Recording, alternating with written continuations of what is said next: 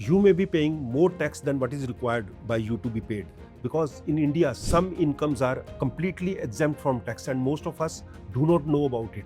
Once, agriculture income, which is completely exempt from tax in India. Secondly, if somebody receives life insurance policy amount at the time of death, then that is completely exempt from tax. If you receive gifts from your family members, then there is no taxation on the gifts. In case of a wedding, जो भी आपको gifts मिलते हैं, they are exempt from tax. However, you have to ensure कि आपको 2 लाख से ज़्यादा का gift cash में ना मिला हो. It has to be lesser than that. Scholarship and awards are completely tax free. Computed pension, whether in full or partial, is completely tax free. PPF and Sukanya Samriddhi से जो भी आपको maturity amount और interest amount मिलती है, that is also completely exempt from tax. So these are some of the illustrations which I have given it to you, which are completely exempt from tax.